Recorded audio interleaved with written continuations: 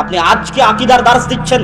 নওয়াব সিদ্দিক হাসান খান ভূপালী ৩০০ বছর আগে ভারত উপমহাদেশের মাটিতে জন্মগ্রহণ করা ব্যতিক্রম ধর্মী আলেম নওয়াব সিদ্দিক হাসান খান ভূপালী, যিনি ৩০০-র অধিক বই আরবিতে লিখেছে ভারতের মাটিতে বসে। তিনি ৩০০ বছর আগে আরবিতে আকীদার বই লিখে গেছে। কাতফুস সামার ফি আকীদাতে আহলিল আযার বইয়ের নাম, ভারতের মাটিতে বসে সালাফি আকীদার বই লিখেছে ৩০০ বছর আগে। অতএব কথা বলার আগে হিসাব করে কথা বলতে হবে, কথা বলার আগে বিবেচনা করে কথা বলতে হবে যে আপনি কোন মাটিতে বসে কোন কথা বলতেছেন। পূর্বপুরুষের ইতিহাস ভুলে গিয়ে কি বলতেছেন সেটা জানতে হবে। সম্মানিত উপস্থিতি, ভারত উপমহাদেশে আহলে হাদিসের ইতিহাস আজকের নতুন ইতিহাস নয়। শাহ ওলিউল্লাহ মুহাদ্দিস দেহলভী, যিনি বাদশাহ আলমগীর, যার বাবা বাদশাহ আলমগীরের আলমগীর ফতোয়া বোর্ডের সদস্য ছিল মাওলানা আব্দুর রহিম, শাহ ওলিউল্লাহ মুহাদ্দিস দেহলভী মূলত এই যুগে, এই যে আমরা যেই যুগের ইতিহাসটা বলতেছি তারও পুরাতন ইতিহাস আছে, সেটা আমি আজকে লম্বা দীর্ঘায়িত করতে চাচ্ছি না, কিন্তু যেই যুগের ইতিহাস আমরা টানতেছি এই যুগের শুরুটা মূলত শাহ ওলিউল্লাহ মুহাদ্দিস দেহলভীকে দিয়ে। দেহলভী বলা হয় দিল্লিকে, আরবিতে বলা হয় দেহলি। ওই দেহলি দিল্লির দিকে অনুসরণ করে বলা হয় দেহলভী। শাহ ওলিউল্লাহ মুহাদ্দিস দেহলভী মানে দিল্লির মানুষ, দিল্লিতে বসে হাদিসের দার্স দিতেন। তিনি জন্মগত হানাফি, আমল করতেন হানাফি মোতাবেক, কিন্তু দার্স দিতেন আহলুল হাদিসদের অনুসারী হিসেবে। কলমে লিখে গেছেন আহলুল হাদিসদের অনুসারী হিসেবে।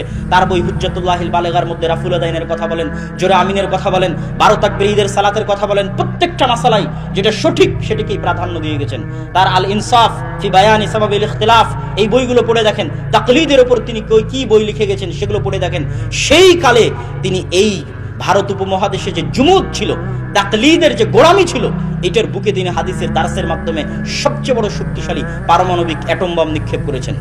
শাহ ওলিউল্লাহ মুহাদ্দিস দেহলভীর পরে তার ছেলে শাহ আব্দুল আজিজ মুহাদ্দিস দেহলভী, যার একটি বই আছে বুস্তানুল মুহাদ্দিসিন, মুহাদ্দিসদের জীবনীর উপর, মুহাদ্দিসদের বইয়ের উপর সেই যুগে বসে, সেই কালে বসে এত তথ্য সমৃদ্ধ লিখনি দেখলে আজকের যারা মদিনা ইসলামী বিশ্ববিদ্যালয়ের কুল্লিয়াতুল হাদিস থেকে পড়ে আসছে, যেমন আমি, হতবাক হয়ে যেতে হবে যে আমরা আজকে মদিনা ইসলামী বিশ্ববিদ্যালয়ের কুল্লিয়াতুল হাদিসে যা পড়ছি 200 বছর আগে শাহ আব্দুল আজিজ মুহাদ্দিস দেহলভী বুস্তানুল মুহাদ্দিসিনের মধ্যে কিভাবে তা জমা করে গেল।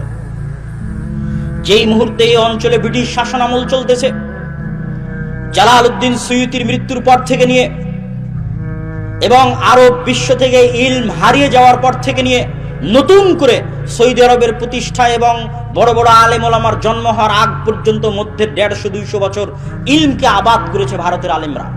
যত বড় বড় হাদিসের কিতাব আছে প্রথম প্রকাশ হয় ভারতে, না হয় পাকিস্তানে। আহলুল হাদিস হোক, হানাফি হোক, আলেম ওলামাদের মাধ্যমে ভারতে অথবা পাকিস্তানে যত হাদিসের বই আছে তার অধিকাংশের প্রথম প্রকাশ।